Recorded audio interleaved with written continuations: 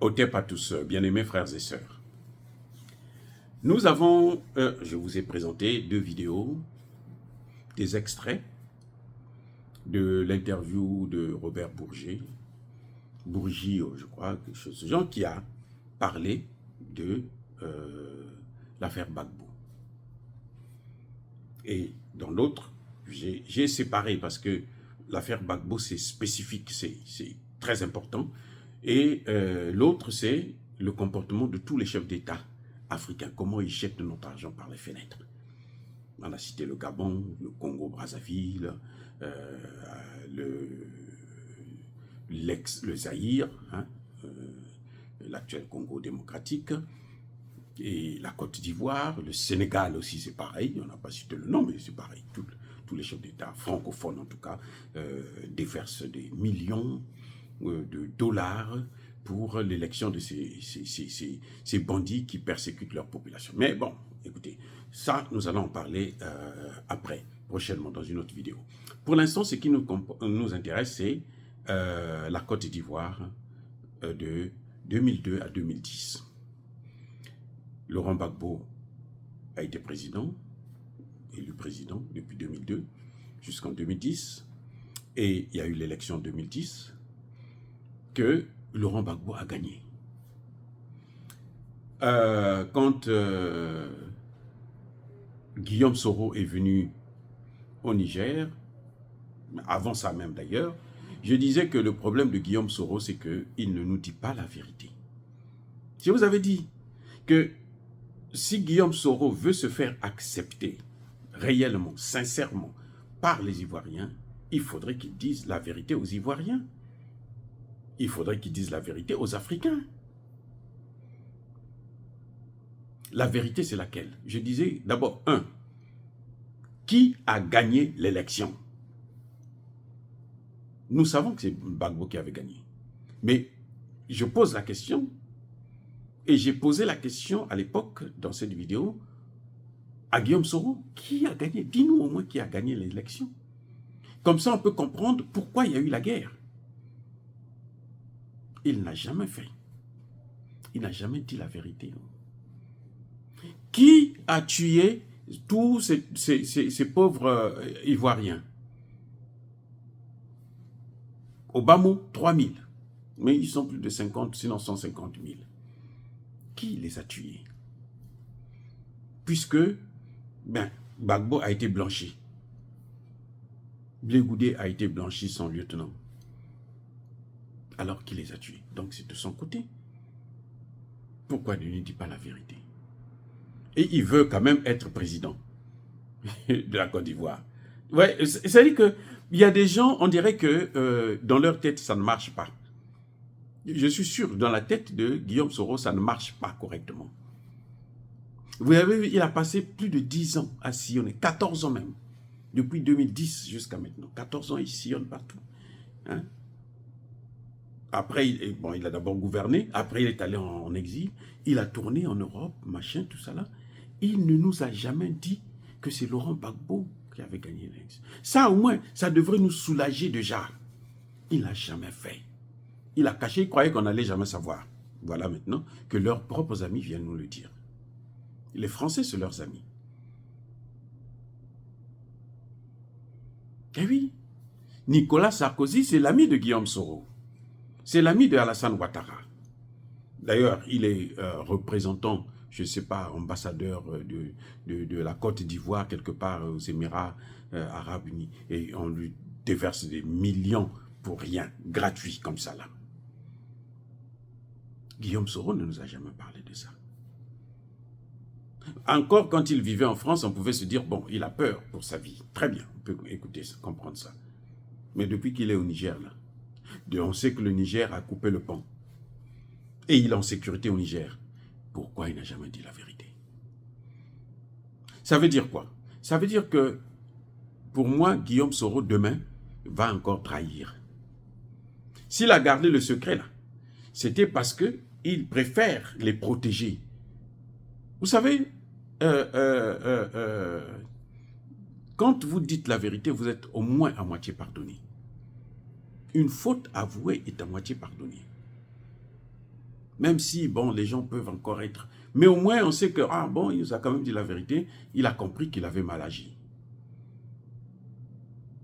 Mais quand il cache la vérité, une vérité que tout le monde connaît, c'est un secret de Polichinelle. Mais nous, on veut entendre ça de sa bouche. Pourquoi ce que dit Bourgi, c'est très important? Parce que c'est un officiel. C'est un homme important, c'est quelqu'un qui était dans le système. Nous, quand on le disait, on faisait seulement des analyses. À travers les faits, on remarquait, on disait, mais c'est pareil, c'est la même chose. Donc, Guillaume Soro n'est pas quelqu'un de confiance. Et je pense que ceux qui soutiennent Guillaume Soro doivent commencer maintenant à réfléchir un peu plus. Pour ne pas un jour tomber dans la complicité. Eh oui, parce que Guillaume Soro finira par payer ce qu'il a fait. Il faut que ça arrive. Nous nous battons pour ça. Nous prions pour que ça arrive. Donc, et je pense que ça arrivera un jour. Maintenant, il y a un autre aspect, un autre élément très important que j'ai compris.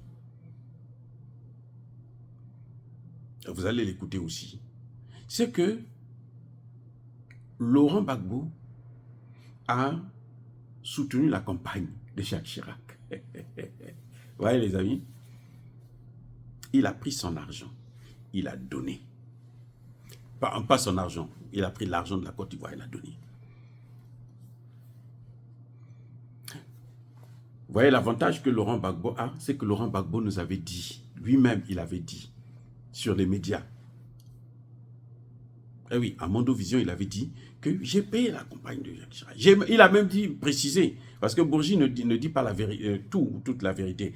Il a précisé, Laurent Gbagbo lui-même dit, mais moi j'ai demandé combien le président gabonais a donné. Bon, on m'a dit il a donné tant. J'ai dit, bon, prenez ça, donnez-lui, pour qu'on ait la paix. Vous voyez? Donc, lui au moins, il nous a dit la vérité.